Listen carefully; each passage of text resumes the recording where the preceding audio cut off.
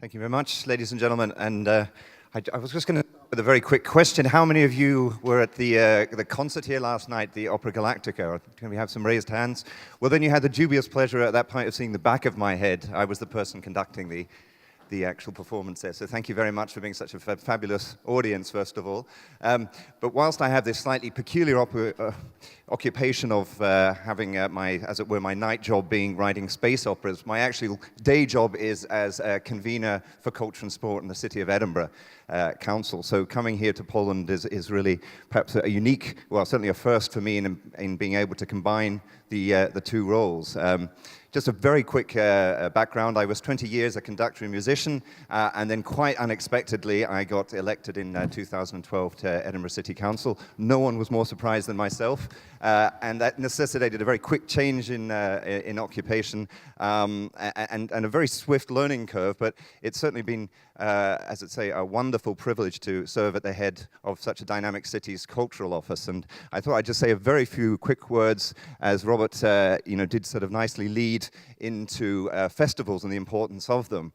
I don't know how many of you have been around to the globe or met Scots people abroad or people or expats in other countries, but what comes very high up on the list when people think of Edinburgh is the festivals are very much its #1 export, wherever you go across the globe. And that's very much by accident. There was never a great plan. It just sort of sprung up by surprise. Indeed, a lot of people say that it was really the city which created the festivals rather than the festivals the city. Back in 1947, when the festivals were set up, it was very much as a reconciliation project to bring back the former the powers, particularly Germany at that stage, to bring them back into the fold. And the point of it was really to use culture to bring people together. And to a certain extent, that's always remained the focus. But in addition to that, it's become this wonderful way of generating revenue for the city. The 12 festivals that we have in Edinburgh bring in alone in the space of August £261 million to the economy. And that is a figure that every councillor, I assure you, in the city of Edinburgh is able to recite from the top of their tongue.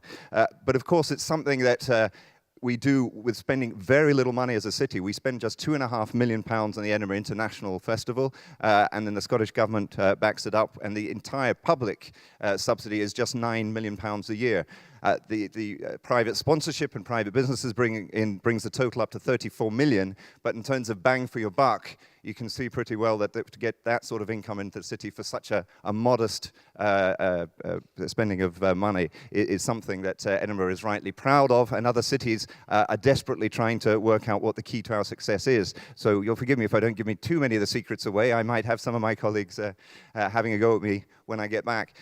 So I thought I'd leave it there because I know we've got a very strict timetable and it was strictly going to be 5 minutes. But if there are any specific questions you have when we go into the panel about the challenges for the future, because it's the difficulty that we have, as many cities have, is once you get to #1 place in anything. Indeed, we saw it earlier, I think, on the slide comparing Krakow and Dublin. Getting there is one thing, maintaining your preeminence is another, and there are an awful lot of competing cities, great cities, world cities, who are beginning to use the Edinburgh model and coming up on us, and it's always something we're constantly looking over our shoulders.